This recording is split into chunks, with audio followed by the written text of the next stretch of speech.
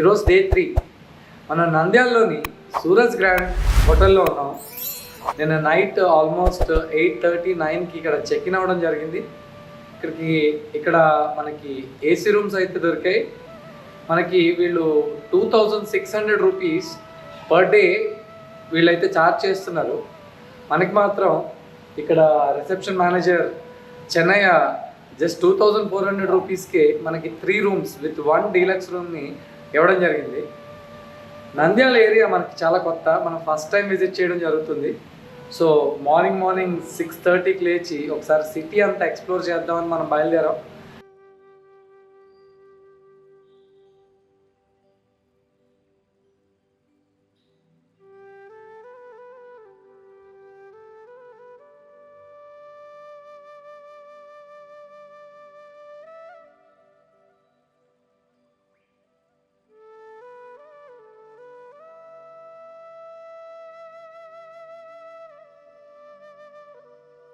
ఇప్పుడు మనం సూరజ్ గ్రాండ్లోని 4th ఫ్లోర్కి వచ్చాం. 4th ఫ్లోర్లో ఇక్కడ డీలక్స్ అండ్ సూట్ రూమ్స్ ఉన్నాయట.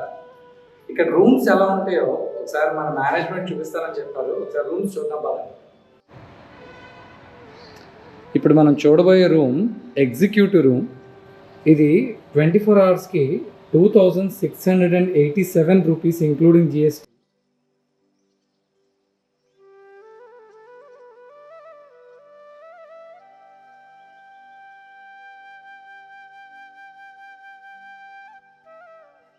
దీంట్లో మనకి కాంప్లిమెంటరీ బ్రేక్ఫాస్ట్ అండ్ కావాల్సిన అన్ని సర్వీసెస్ని వీళ్ళు ప్రొవైడ్ చేస్తారు. రీసెంట్గా పుష్ప 2 షూటింగ్ కూడా జరిగింది కదా, ఆ పుష్ప 2 సినిమా టీం అంతా కూడా ఈ హోటల్లోనే దిగారట. హోటల్ అయితే చాలా నీట్గా ఉంది. వీళ్ళు పోర్టబుల్ ఫ్రిడ్జ్ కూడా ఇవ్వడం జరిగింది. వాష్రూమ్స్ కూడా కంఫర్టబుల్గానే ఉన్నాయి.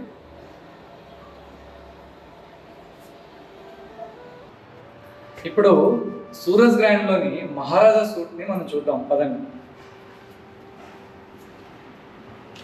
ఈ మహారాజా సూట్లో ఇలా మనకు ఒక డైనింగ్ టేబుల్ విత్ 6 చైర్స్ ఇవ్వడం జరిగింది. పెద్ద room, AC with 55 inch TV కూడా ఇచ్చారు. లెదర్ సోఫాస్ కూడా ఉన్నాయి. చాలా కంఫర్టబుల్గా ఉంది రూమ్. మనం చూసినట్లయితే మహారాజా బెడ్ కూడా ఇచ్చారు. బెడ్ చాలా బాగుంది, చాలా కంఫర్టబుల్గా ఉంది. ఈ రూమ్ టారిఫ్ వచ్చి per day 5500 rupees including GST అట. దీంట్లో మనకి చాలా సర్వీసెస్ ప్రొవైడ్ చేస్తున్నారు. ఇక్కడ క్లాసెట్స్ అన్నీ కూడా చాలా బాగున్నాయి, సేమ్ మహారాజా స్టైల్లోనే ఉన్నాయి. ఇక్కడ డ్రెస్సింగ్ టేబుల్ కూడా ఇవ్వడం జరిగింది. ఇక్కడ మనకి dental kit, 2 soaps and shampoos కూడా ఇస్తున్నారు. ఈ మహారాజా సూట్లో మనకి ఒక లావిషింగ్ బాత్రూమ్ కూడా ఇవ్వడం జరిగింది. చూద్దామండి. ఇది చాలా పెద్దగా ఉంది బాత్రూమ్ అయితే, అన్ని చాలా నీట్గా ఉన్నాయి. ఇక్కడ పెద్ద టబ్ కూడా ఇవ్వడం జరిగింది. దీంట్లో మనకి జకూజీ అండ్ బబుల్ బాత్ కూడా ఉంది. పిల్లలతో వచ్చిన వాళ్ళు బాగా ఎంజాయ్ చేస్తారు. దీంట్లో 5500 రూపీస్లో ఇన్ని ఫీచర్స్ ఇస్తున్నారంటే ఈ మహారాజా సూట్ని మీరు నంద్యాల వచ్చినప్పుడు మాత్రం కంపల్సరీగా కన్సిడర్ చేయాల్సిందే. సో ఈరోజు నంద్యాలలోని సూరజ్ గ్రాండ్కి బై చెప్పేస్తున్నాం. హోటల్ చెక్అవుట్ చేస్తున్నాం. ఇక్కడ నుంచి మహానంది టెంపుల్కి వెళ్తున్నాం. మహానంది టెంపుల్కి వెళ్ళి మళ్ళీ ఇది హోటల్కి వచ్చి లగేజ్ అంతా కలెక్ట్ చేసుకుని జాగ్రత్తకి వెళ్తాం. బాయ్. ఈరోజు మనం కర్నూలు జిల్లాలోని మహానంది అనే పుణ్యక్షేత్రం దగ్గర ఉన్నాం.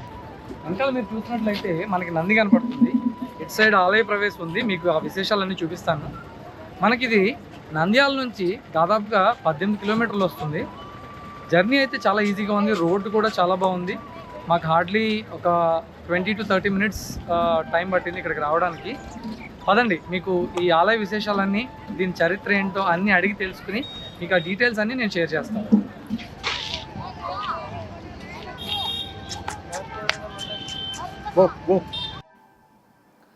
మహానంది భారతదేశంలోని ఆంధ్రప్రదేశ్ రాష్ట్రంలోని నంద్యాల జిల్లా నల్లమల కొండలకు తూర్పున ఉన్న గ్రామం.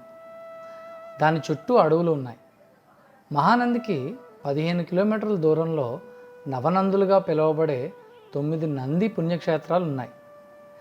నవనందుల్లో మహానంది ఒకటి. మహానందీశ్వర స్వామి దేవాలయం ఒక ముఖ్యమైన పుణ్యక్షేత్రం ఇక్కడ ఉంది. ఈ పురాతన ఆలయం 1500 సంవత్సరాల క్రితం నాటిది. ఈ ఆలయ చరిత్ర విషయానికి వస్తే, పూర్వం కర్నూలు మండలంలోని కొంత ప్రాంతాన్ని నందనరాజు అనే రాజుగారు పరిపాలించేవాడు. అతను ప్రతినిత్యం గోక్షీరంతో శివాభిషేకం చేసేవాడు. అందుకే ప్రత్యేకంగా ఆవుల మందను పోషించేవాడు. అన్ని ఆవుల్లోనూ ఓ కపిల క్షీరము ప్రత్యేకంగా అభిషేకానికై వినియోగించేవాడు. ఆ గో సంరక్షణకు గోపాలుడనే అతి నమ్మకమైన బంటును నియమించాడు. గోపాలుడు ప్రతిదినము ఉదయమే ఆవులను తోలుకుని అడవికి వెళ్ళేవాడు. చక్కని పచ్చిక బయళ్ళ మధ్యలో ఆవులను మేపుకుని సాయంకాలానికి వచ్చేవాడు. గోక్షీరములు రాజప్రాసాదంలో అందించి తిరిగి ఇంటికి వెళ్ళేవాడు. ఒకరోజు సాయంకాలం అడవి నుండి తిరిగి వచ్చిన గోపాలుడు యథారీతి పాలు తీయడానికి వెళ్ళగా అమావాస్య నాటి చంద్రునిలా కనిపించిన పొదుగును చూసి గోపాలుడు ఆశ్చర్యపోయాడు. ఈ విషయాన్ని వెళ్ళి రాజుగారికి కూడా విన్నవించాడు. రోజు పాలిచ్చే ఆవు ఈరోజు ఎందుకు పాలు ఇవ్వలేదా అని ఆలోచిస్తూ ఆ ఆవుని వెంబడించసాగాడు. అన్ని ఆవులను తప్పించుకుని వెళ్ళసాగింది కపిల. అది వెళ్ళి ఓ పుట్ట వద్ద నిలిచింది. ఆ పుట్టలో ఓ పసిబాలుని ముఖం కనిపించింది. గోవు తారగా పాలు పితకసాగింది. జగమంతా ఆకలితో ఉన్నట్లు ఆ బాలుడు ఆ క్షీరాన్ని త్రాగసాగాడు. ఆ రోజు రాత్రి 4వ జాములో పరమేశ్వరీ సహితుడైన సాంబశివుడు నందనరాజుకు కలలో ప్రత్యక్షమైనాడు. నందనరాజా, నీవు ధన్యుడవు, నీ రాజ్యము ధన్యము. ఆ పాలు తాగిన పసిబాలుడు ఎవరో కాదు, నేనే. నిన్ను నీ రాజ్యాన్ని అనుగ్రహించడానికే వచ్చాను. ఆ పుట్ట ఉన్న చోట నాకొక ఆలయాన్ని నిర్మించు, అక్కడే ఒక కోనేరు త్రవ్వించు. నా దేవి గంగాభవాని నీ రాజ్యాన్ని సస్యశ్యామలం చేస్తుంది అనగానే రాజుకు వెంటనే మెలకు వచ్చింది. రాజు వాస్తు ప్రవీణులైన శిల్పులను పిలిపించి ఆలయ నిర్మాణాన్ని కొనసాగించాడు. సమీపంలోనే కోనేరు త్రవ్వించాడు. ఆ పుట్టలో వెలసి ఉన్న శివలింగ రూపుడు మహానందీశ్వరుడు. ఆ క్షేత్రమే మహానంది దివ్యక్షేత్రం. ఈ క్షేత్రంలో మనకి నవనందులు దర్శనమిస్తాయి. వాటిలో మహానంది, శివనంది, వినాయకనంది, సోమనంది, ప్రథమనంది, గరుడనంది, సూర్యనంది, కృష్ణనంది లేక విష్ణునంది మరియు నాగనంది. మహాశివరాత్రి శివుని గొప్ప రాత్రిని జరుపుకోవడానికి ప్రతి సంవత్సరం ఫిబ్రవరి మరియు మార్చిలో ఇక్కడ ఒక ఉత్సవం జరుగుతుంది. నంద్యాల నుండి మహానంది సుమారు 21 కిలోమీటర్లు ఉంటుంది. సమీప అంతర్జాతీయ విమానాశ్రయం హైదరాబాద్లో ఉంది. ఇది దాదాపు 215 కిలోమీటర్ల దూరంలో ఉంది మరియు సమీప రైల్వే స్టేషన్ నంద్యాలలో ఉంది. నంద్యాల పట్టణం నుండి మహానంది చేరుకోవడానికి 2 మార్గాలు ఉన్నాయి. తిమ్మాపురం మీదుగా ఒక మార్గం మరియు బస్టాండ్ నుండి 17 కిలోమీటర్ల దూరంలో ఇంకొక చిన్న మార్గం. ఈ ఆలయం కళ్యాణి లేదా పుష్కర్ణి అని పిలువబడే మంచినీటి కొలనుకు ప్రసిద్ధి చెందింది. పురాణాల ప్రకారం నందాస్ అని పిలువబడే స్థానిక రాజులు 10వ శతాబ్దంలో ఇక్కడ పరిపాలించారు మరియు అనేక దేవాలయాలను నిర్మించారు. వారి పితృదేవత అయిన నందిని పూజించారు. అందుకే దీనికి మహానంది అని పేరు వచ్చింది. ప్రధాన ఆలయం చుట్టూ 3 కొలనులు ఉన్నాయి. ప్రవేశ ద్వారం వద్ద 2 చిన్న కొలనులు మరియు ఆలయం లోపల ఒక పెద్ద కొలను. బయటకు వెళ్ళే నీరు గ్రామం చుట్టుపక్కల ఉన్న దాదాపు 2000 ఎకరాల సారవంతమైన భూమికి సాగునీటిని అందిస్తుంది. ఈ దేవాలయం లోపల మనం ఎన్నో ఆవులను కూడా చూడొచ్చు. లోపలికి వెళ్ళిన భక్తులు ఈ ఆవులకు మేత వేస్తూ ఉంటారు.